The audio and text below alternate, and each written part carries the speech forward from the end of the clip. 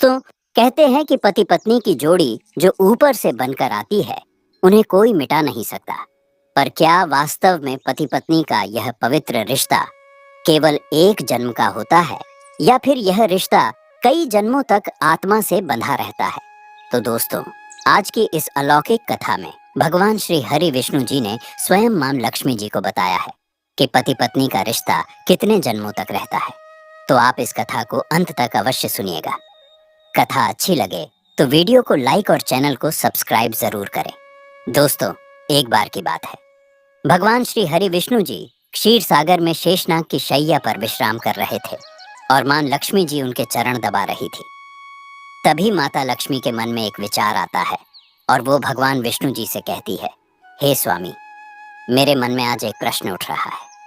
क्या आप कृपा करके मेरे इस प्रश्न का उत्तर बताकर मेरे मन की जिज्ञासा को शांत करेंगे? तब भगवान विष्णु जी मुस्कुराते हुए कहते हैं, हे देवी, अवश्य बताइए, आपका वह प्रश्न कौन सा है जो आपके मन को बेचैन कर रहा है। मैं अवश्य ही आपके उस प्रश्न का उत्तर देकर आपके मन को शांत करने का प्रयास करूंगा। तुम माता लक्ष्मी भगवान विष्णु जी से कहती है, प्रभु, मैं यह जानना चाहती हूँ कि एक पति पत्नी का रिश्ता कितने जन्मों तक रहता है। क्या पति पत्नी का रिश्ता केवल एक जीवन तक सीमित है, या यह रिश्ता 7 जन्मों तक आत्मा से बंधा रहता है? तब भगवान विष्णु जी कहते हैं, हे देवी, आपका यह प्रश्न अत्यंत महत्वपूर्ण है और आपके इस प्रश्न का उत्तर एक प्राचीन कथा में छिपा हुआ है। इसलिए आप इस कथा को पूरा सुनिए। इससे आपको यह पता चल जाएगा कि पति पत्नी का रिश्ता आखिर कितने जन्मों तक रहता है। तब माता लक्ष्मी कहती है, हे प्रभु, कृपया मुझे वह कथा सुनाइए। मैं आपको वचन देती हूँ कि मैं इस कथा को पूरे मन से और अंत तक सुनूंगी। दोस्तों, फिर भगवान विष्णु जी माता लक्ष्मी को वह कथा सुनाने लगते हैं। दोस्तों, कथा शुरू करने से पहले सभी लोग प्यार से कमेंट बॉक्स में लिखिए, जय श्री हरि भगवान विष्णु, जय मां लक्ष्मी। तो चलिए कथा को शुरू करते हैं। दोस्तों, भगवान विष्णु जी माता लक्ष्मी को कथा सुनाते हुए कहते हैं, हे देवी, एक समय की बात है, मध्य देश में महेंद्रपुर नाम का एक राज्य था। उस राज्य में एक राजकुमारी थी जो एक गुणवान और चरित्रवान स्त्री थी। उसका विवाह एक धर्मनिष्ठ और सदाचारी राजकुमार से हुआ था। दोनों का जीवन वैभव, प्रेम और सुख से परिपूर्ण था। उन्हें किसी भौतिक वस्तु की कोई कमी नहीं थी। कमी थी तो एक संतान की, जिसको लेकर राजकुमारी हमेशा चिंताग्रस्त रहती थी। यही एक अभाव था जो राजकुमारी को अक्सर चिंतित कर देता था। समय धीरे धीरे गुजरता गया। भगवान विष्णु जी कथा सुनाते हुए आगे कहते हैं, हे देवी, फिर एक दिन अचानक राजकुमारी की तबीयत बहुत ज्यादा बिगड़ गई। उसे आभास होने लगा कि अब उसकी अंतिम घड़ी निकट है। उसने अपने प्रिय राजकुमार को पास बुलाया और कहा, प्रियवर, मैंने सदा आपको अपना सर्वस्व समझा है, हमेशा आपको प्रेम किया है और आपकी सेवा में कोई कमी नहीं छोड़ी। भगवान की पूजा भी की है, परंतु मैं आपके जीवन में संतान का सुख नहीं ला पाई। मुझे आभास हो रहा है कि मेरा जीवन अब कुछ पलों में ही समाप्त होने वाला है। राजकुमारी ने आगे कहा, हे प्रियवर, मेरे जाने के बाद दुखी मत होना, मेरी यादों के सहारे जीवन व्यतीत करना। मैं आपको वचन देती हूँ कि अगले जन्म में फिर से आपकी पत्नी बनूंगी। तब मैं आपकी संतान की इच्छा अवश्य ही पूरी करूंगी। इतना कहकर उस राजकुमारी की मृत्यु हो जाती है। भगवान विष्णु जी माता लक्ष्मी जी से आगे कहते हैं, हे देवी, फिर समय आने पर एक दिन राजकुमार भी अपना शरीर त्याग देता है। फिर वह राजकुमार एक ऐसे राजा के घर जन्म लेता है जिसकी 100 रानियां थीं। उन सभी रानियों के बीच वह राजा का एकलौता पुत्र था। उधर वह राजकुमारी भी एक ऐसे राजा के घर में जन्म लेती है जिसकी भी 100 रानियां थीं। उन सभी के बीच वह राजा की इकलौती पुत्री थी। दोस्तों, वह जिस राजा का पुत्र था, उस राजा के पास एक अत्यधिक बुद्धिमान और निष्ठावान तोता था। वह राजा हर महत्वपूर्ण निर्णय में उस तोते की सलाह लिया करता था और उसकी बातों पर पूरी तरह से विश्वास करता था, चाहे समस्या कितनी भी जटिल क्यों ना हो। वह राजा तोते से परामर्श करना कभी नहीं भूलता था। फिर एक दिन उस राजा ने अपने तोते को बुलाकर कहा, हे तोते, मैं तुम्हें एक बहुत अहम कार्य सौंप रहा हूँ जिसे तुम्हें पूरा करना है। तब तोते ने कहा, महाराज, मैं आपके लिए कुछ भी करने के लिए तैयार हूँ, बस आप आज्ञा दे दीजिए। फिर राजा ने कहा, हे तोते, तुम तो जानते ही हो, मेरा सिर्फ एक ही पुत्र है और मैं उसके लिए एक ऐसी राजकुमारी चाहता हूँ जो हर दृष्टि से विशेष हो। तुम्हें बस वैसी ही राजकुमारी ढूंढनी है। उसके बाद राजा ने उस तोते को अपने मन की सारी बात बता दी कि वह कैसी बहू चाहता है। राजा की बात सुनकर वह तोता राजी हो गया। उसने राजा से कहा, महाराज, आप जैसी भी बहू चाहते हैं, कृपया उसके गुणों को एक कागज पर लिखकर मेरे पैर में बांध दीजिए। इसके बाद आप बेफिक्र हो जाइए। मैं वैसी ही राजकुमारी को ढूंढकर आपके पास ले आऊंगा जैसी आप चाहते हैं। तोते की यह आत्मविश्वास पूर्ण बात सुनकर राजा बहुत प्रसन्न हुए। उन्होंने तुरंत ही अपनी पसंद की राजकुमारी के गुणों को एक कागज पर लिख दिया और उस कागज को तोते के पैर में बांधते हुए राजा ने उसे इस महत्वपूर्ण कार्य के लिए भेज दिया। अब तोता राजकुमारी की खोज में एक पड़ोसी राज्य में जा पहुंचा, परंतु जब वह वहां पहुंचा तो मौसम ने अचानक करवट ले ली। वहां तेज बारिश शुरू हो गई। फिर उसे बारिश से बचने के लिए एक जंगल में किसी सुरक्षित जगह की शरण लेनी पड़ी। उड़ते उड़ते वह एक घने जंगल में जा पहुंचा। जंगल में उसे एक पुराना खोखला पेड़ दिखाई दिया। तोते ने सोचा कि यह पेड़ उसके आराम करने के लिए एकदम सही जगह है, तो वह वहां शरण लेने के लिए ठहर गया। भगवान विष्णु जी कहानी सुनाते हुए आगे कहते हैं, हे देवी, जैसे ही उस तोते ने उस खोखले पेड़ के अंदर जाने के लिए सोचा, तभी अंदर से एक आवाज आई, तुम अंदर मत घुसना, नहीं तो तुम अंधे हो जाओगे। यह सुनकर तोता बहुत घबरा गया और उसने पेड़ के अंदर जाने का विचार छोड़ दिया। वह पेड़ की जड़ के पास उगी हुई एक टहनी पर जाकर बैठ गया और बारिश रुकने का इंतजार करने लगा। जब बारिश रुक गई तो उस खोखली जगह में से एक मैना बाहर आई और सीधा तोते के पास आकर बैठ गई। फिर तोता और मैना दोनों बहुत देर तक बातें करते रहे। इस दौरान तोते ने मैना को सारी बात बताई कि वह कहाँ जा रहा है। तोते की बात सुनने के बाद मैना कहने लगी, आज की यह मुलाकात मेरे लिए बहुत खास रही है। फिर वह मैना तोते से आगे कहती है, जैसे आप अपने राजा के प्रति वफादार हैं, वैसे ही मैं भी अपने राजा के प्रति वफादार हूँ। आप अपने राजा के पुत्र के लिए ऐसी राजकुमारी की खोज में निकले हैं जिसमें सभी गुण हों। ठीक उसी तरह मैं भी अपने राजा की पुत्री यानी राजकुमारी के लिए एक ऐसे राजकुमार की तलाश में हूँ जो हर दृष्टि से श्रेष्ठ और गुणवान हो। भगवान विष्णु जी कहानी सुनाते हुए आगे कहते हैं, हे देवी। फिर वह तोता मैना से कहता है, हे मैना, हमारे राजा ने आदेश दिया है कि हमें ऐसी राजकुमारी ढूंढनी है जो ऐसे घराने से हो जहां राजा की 100 रानियां हों, क्योंकि हमारे राजा की भी 100 रानियां हैं। तब मैना कहती है, अब तो बात बन ही जाएगी, क्योंकि तुम्हारे राजा की 100 रानियां हैं और हमारे राजा की भी 100 रानियां हैं। तुम्हारे राजा का भी केवल एक पुत्र है और हमारे राजा की भी केवल एक पुत्री है। तुम्हारे राजा का पुत्र भी सर्वगुण संपन्न है और हमारे राजा की पुत्री भी हर गुण में श्रेष्ठ है। भगवान विष्णु जी कहानी सुनाते हुए आगे कहते हैं, हे देवी। इस प्रकार तोते ने मैना को राजकुमार की सारी पसंद विस्तार से बता दी और मैना ने भी राजकुमारी की रुचियां और विशेषताएं तोते को समझा दी। फिर दोनों, तोता और मैना, राजकुमारी के राज्य में आ गए। तोता मन ही मन बहुत खुश था। वह सोच रहा था कि अब मेरे राजा का सपना पूरा हो जाएगा। जैसी राजकुमारी वे चाहते थे वैसी ही राजकुमारी मुझे मिल चुकी है। अब उनकी हर इच्छा पूर्ण होगी।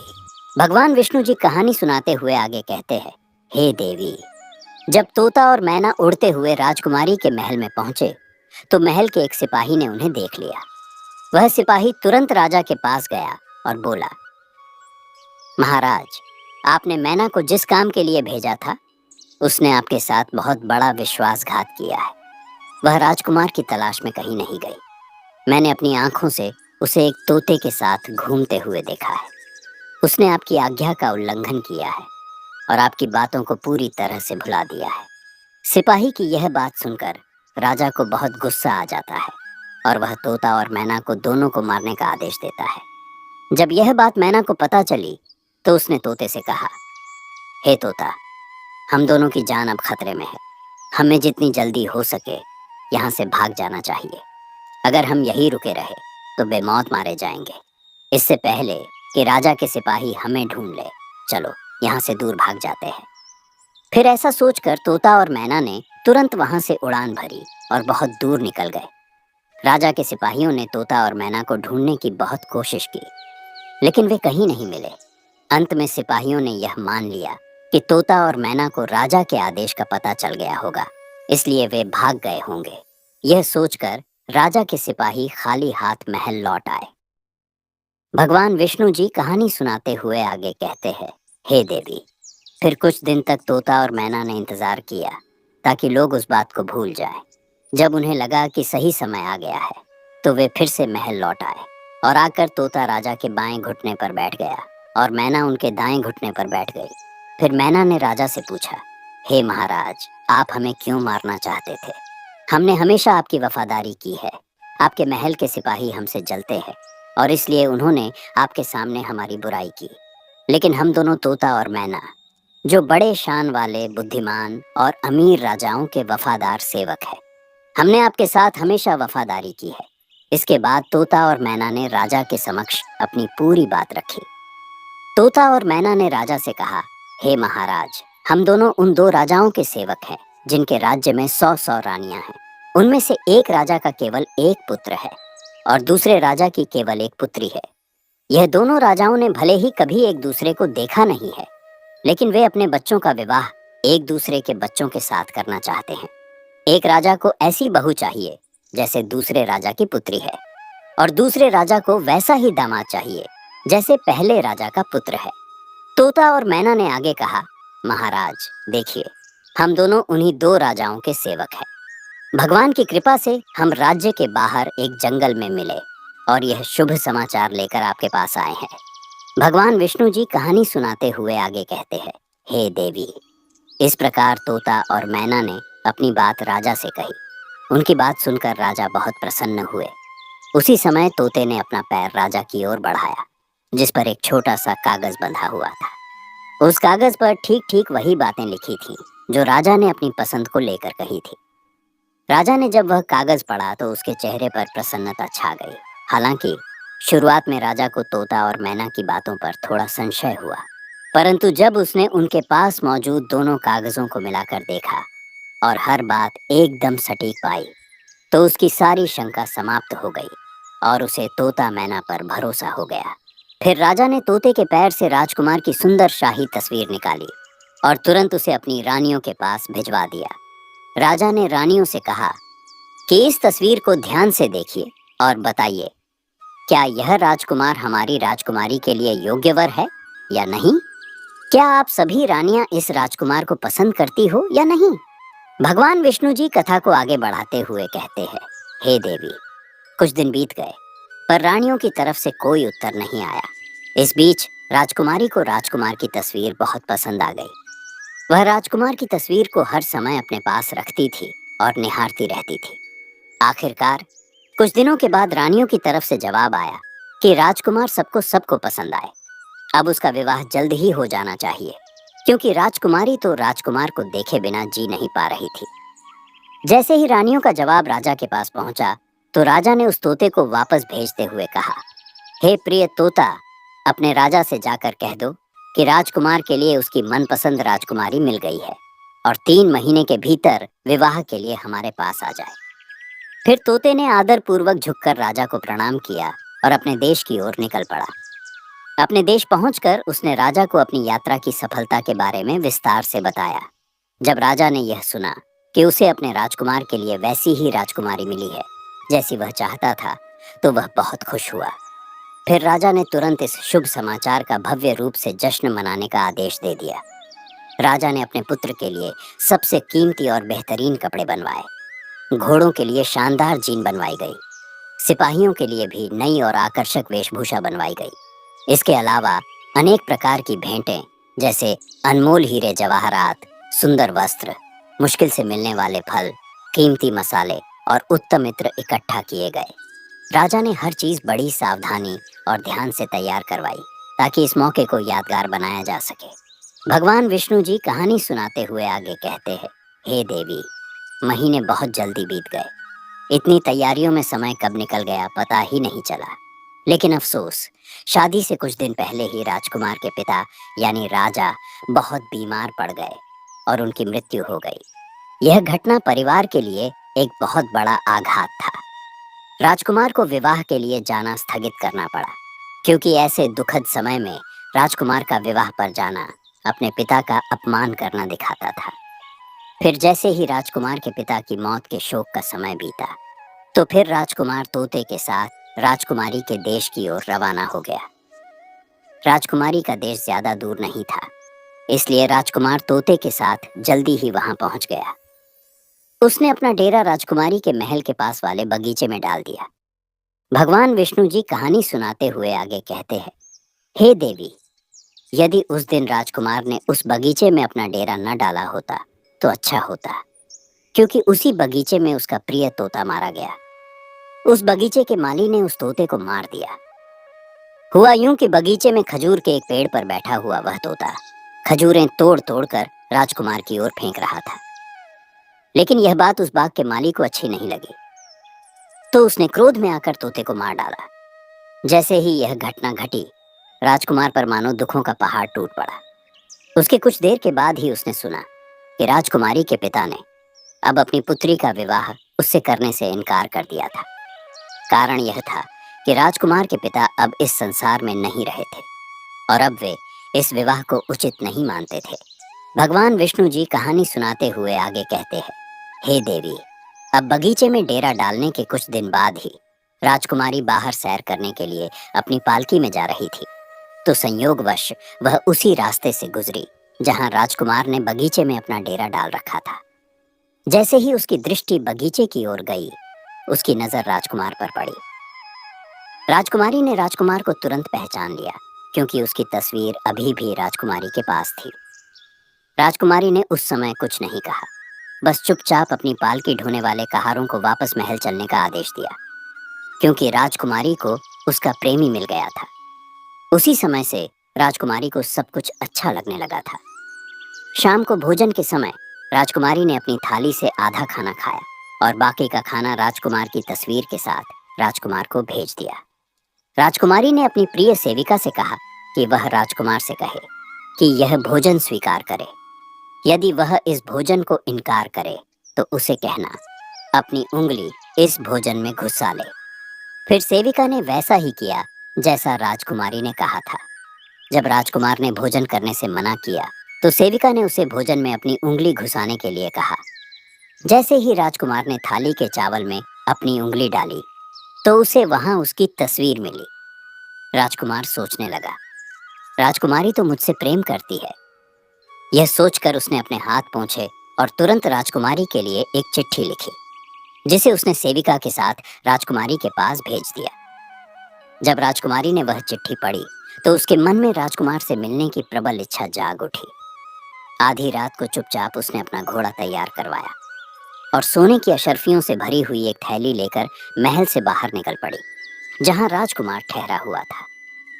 फिर राजकुमारी राजकुमार के पास पहुंच गई और राजकुमार से कहने लगी, तुम चौंको मत, मैं जानती हूँ यह अचानक हुआ है, लेकिन मैं तुमसे बहुत प्रेम करती हूँ, इसलिए बिना किसी को बताए छिपकर तुम्हारे पास आई हूँ। मेरे पिता हमारे विवाह के लिए कभी सहमति नहीं देंगे, इसलिए मैं तुमसे अनुरोध करती हूँ, अपना घोड़ा तैयार करो और मुझे अपने देश ले चलो, जहाँ हम दोनों बिना किसी भय और रोक टोक के एक साथ रह सकें। भगवान विष्णु जी कहानी सुनाते हुए आगे कहते हैं, हे देवी, फिर राजकुमार और राजकुमारी दोनों अपने अपने घोड़ों पर सवार होकर राज्य की सीमाओं से बाहर निकल पड़े। चलते चलते वे एक ऐसे नगर में पहुंचे जहां पर उनकी जान बहुत बड़े खतरे में पड़ गई। वह जीस नगर में पहुंचे। उस नगर में एक जादूगरनी रहती थी, जो अपनी काली शक्तियों के लिए प्रसिद्ध थी। उस जादूगरनी की एक पुत्री थी, जो जितनी सुंदर थी उतनी ही चालाक भी थी। जैसे ही उसकी नजर राजकुमार पर पड़ी, वह उसकी सुंदरता पर मोहित हो गई। मन ही मन उसने निश्चय कर लिया कि वह उसी राजकुमार से विवाह करेगी, चाहे जो भी करना पड़े।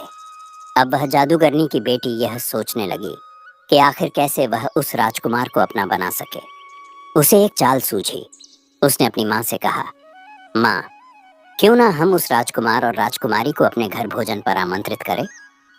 तब जादूगरनी ने अपनी बेटी की बात मान ली और एक योजना बनाई। उसने राजकुमार और राजकुमारी दोनों को अपने घर भोजन के लिए आमंत्रित किया।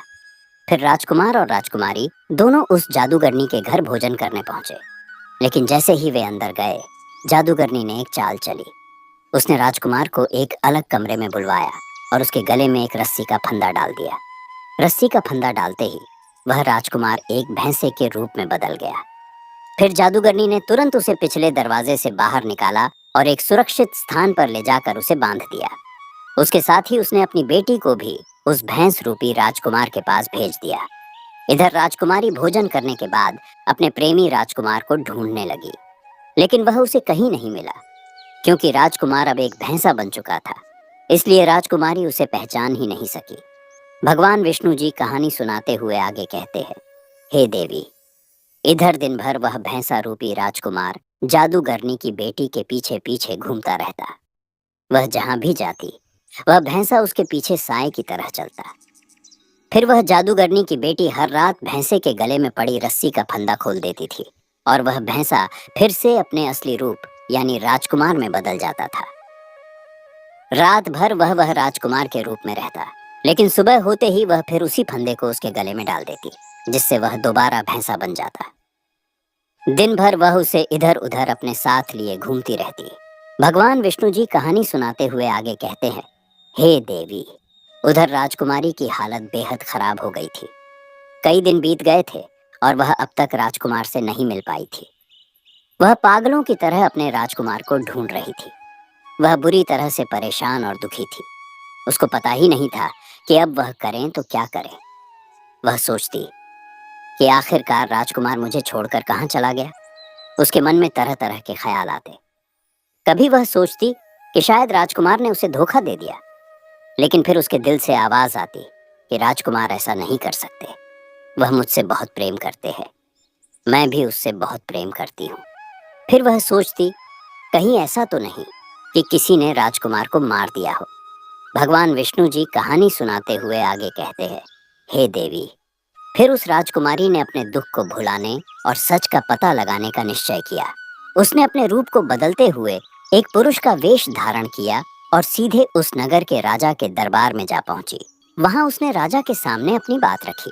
राजा उसकी वाणी, व्यक्तित्व और तेजस्विता से इतना प्रभावित हुआ कि हैरान रह गया। उसकी बुद्धिमानी और साहस देखकर राजा ने उसे अपने राज्य का कोतवाल नियुक्त कर दिया। अब वह राजकुमारी, जो अब सबकी नजरों में कोतवाल थी, दरबार में अपनी जिम्मेदारियां निभाने लगी। कोतवाल होने के कारण उसे कई घरों में जाने और उनके भेद जानने का मौका मिलता।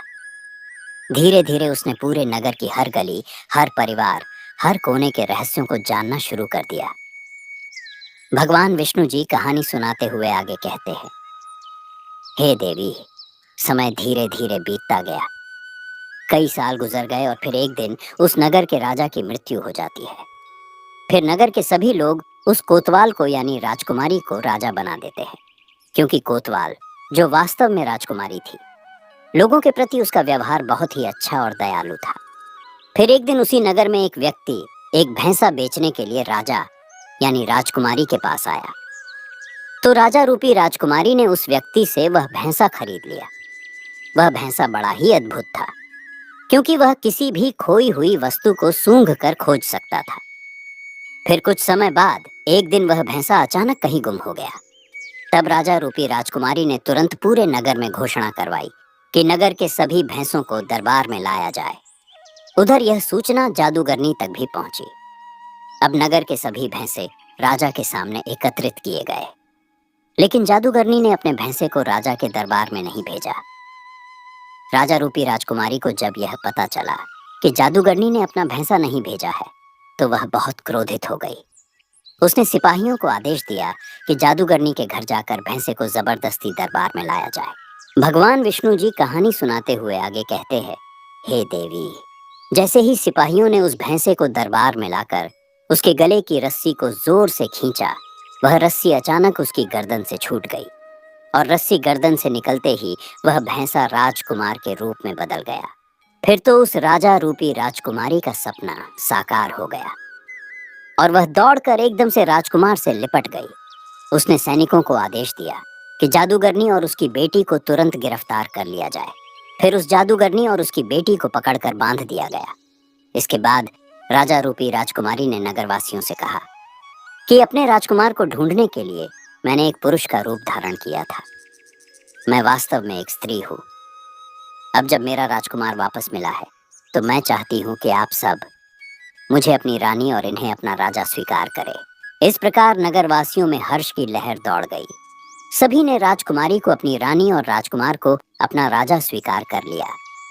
अब राजकुमार राजा बनता है और राजकुमारी रानी बनती है, और उधर उस जादूगरनी को उसके बुरे कर्मों की सजा दी जाती है और उसकी बेटी को हमेशा के लिए कारागार में डाल दिया जाता है, क्योंकि जादूगरनी की जो बेटी थी उसने अपने पिछले जन्म में अपने निर्दोष पति पर झूठा आरोप लगाकर उसे एक राजा की कैद में डलवा दिया था। इसीलिए इस जन्म में उसे भी अपने कर्मों का भयंकर फल भोगना पड़ा। भगवान विष्णु जी कहानी सुनाते हुए आगे कहते हैं, हे देवी, फिर वह राजकुमार और राजकुमारी राजा और रानी बनकर एक दिन घूमने के लिए जाते हैं, और जब वे जंगल से होकर गुजरते हैं तो वह एक वृक्ष के पास आराम करने लगते हैं। वह वृक्ष बहुत पुराना था और उस पर राजकुमार और राजकुमारी ने अपने पिछले जन्म में एक प्रेम चिन्ह अंकित किया था जो पूरी तरह से सुरक्षित था। जैसे ही उनकी नजर उस चिन्ह पर पड़ी तो एकदम से उन दोनों को अपने पूर्व जन्म की सारी बातें याद आ जाती है और उनके जीवन में एक खुशी की लहर दौड़ जाती है। फिर वह राजकुमारी राजकुमार से कहती है, हे प्रियवर, अब मुझे सब कुछ स्मरण हो आया है। मैं आपको पिछले जन्म से ही प्रेम करती आई हूँ और आप भी मुझसे उतना ही प्रेम करते थे। मैंने उस जीवन में भी आपकी सेवा में कोई कमी नहीं छोड़ी थी, लेकिन मुझे केवल इस बात का दुख था कि मैं आपकी खुशी के लिए एक संतान को जन्म नहीं दे सकी। लेकिन देखिए, ईश्वर ने हम दोनों को फिर से इस जन्म में एक कर दिया है। हम फिर से पति पत्नी के रूप में एक साथ हैं, क्योंकि यह हमारा सच्चा प्रेम था। मुझे पूर्ण विश्वास है कि इस जन्म में भगवान हमारी प्रार्थनाएं अवश्य सुनेंगे और हमें संतान का सुख अवश्य प्राप्त होगा। भगवान विष्णु जी कहानी सुनाते हुए आगे कहते हैं, हे देवी, समय धीरे धीरे बीत जाता है। उनके पिछले जन्म की सभी अधूरी इच्छाएं इस जन्म में एक एक करके पूरी होने लगी। कुछ समय बाद रानी गर्भवती हो जाती है और समय आने पर एक सुंदर पुत्र को जन्म देती है। इस प्रकार एक पत्नी ने अगले जन्म में अपने पति को फिर से प्राप्त किया और उसकी खुशी के लिए एक पुत्र रत्न को जन्म दिया। दोस्तों, फिर भगवान विष्णु जी माता लक्ष्मी से कहते हैं, हे देवी, इस कथा से हमें यह ज्ञान की बात प्राप्त होती है कि यदि स्त्री और पुरुष एक दूसरे से सच्चा प्रेम करते हैं तो ऐसे पति पत्नी का रिश्ता जन्म जन्मांतर का होता है। वही अगर स्त्री पुरुष को धोखा देती है तो उसे भी धोखा ही मिलता है, और यदि पुरुष किसी स्त्री को धोखा देता है तो पुरुष को भी धोखा ही मिलता है। पति पत्नी का रिश्ता अटूट विश्वास का होता है, इसीलिए पति पत्नी को हमेशा एक दूसरे के साथ विश्वास बनाए रखना चाहिए। जो स्त्री पुरुष विश्वास की डोर मजबूत रखते हैं वे 7 जन्मों तक पति पत्नी के रूप में मिलते हैं और उनके पिछले जन्म की अधूरी इच्छाएं भी भाग्य की देवी पूरी करती हैं। जिस प्रकार राजकुमारी को अगले जन्म में वही प्रिय राजकुमार पति के रूप में मिला और जो संतान प्राप्ति की अभिलाषा अधूरी रह गई थी वह भी इस जन्म में पूरी हो गई। फिर भगवान विष्णु जी माता लक्ष्मी से आगे कहते हैं, हे देवी, इस कथा से दूसरी ज्ञान की बात यह प्राप्त होती है कि जो भाग्य में नहीं होता वह कभी नहीं मिलता। जादूगरनी की बेटी का आचरण शुद्ध नहीं था। वह अपनी काली शक्तियों का सहारा लेकर राजकुमार को पाना चाहती थी, लेकिन राजकुमार उसके भाग्य में नहीं था, इसलिए लाख कोशिशों के बावजूद भी वह उसे प्राप्त नहीं कर सकी, क्योंकि जो भाग्य में नहीं होता वो कभी प्राप्त नहीं होता। दोस्तों, फिर माता लक्ष्मी कथा को पूरा सुनने के बाद भगवान विष्णु जी से कहती है, हे प्रभु, अब मुझे मेरे प्रश्न का उत्तर मिल गया है और मैं इस कथा को सुनकर पूर्ण संतुष्ट हो गई हूँ। तो दोस्तों, आशा करता हूँ आपको आज की यह कथा जरूर पसंद आई होगी। अगर आपको आज की यह कथा कुछ सिखा गई हो तो इस वीडियो को लाइक जरूर करें और इसे अपने दोस्तों के साथ भी शेयर करें और हमारे चैनल को सब्सक्राइब करना ना भूलें। प्रेम ले कमेंट बॉक्स में लिखिए, जय श्री राधे कृष्ण। तो मिलते हैं अगले वीडियो में, तब तक के लिए आप अपना ख्याल रखें। धन्यवाद।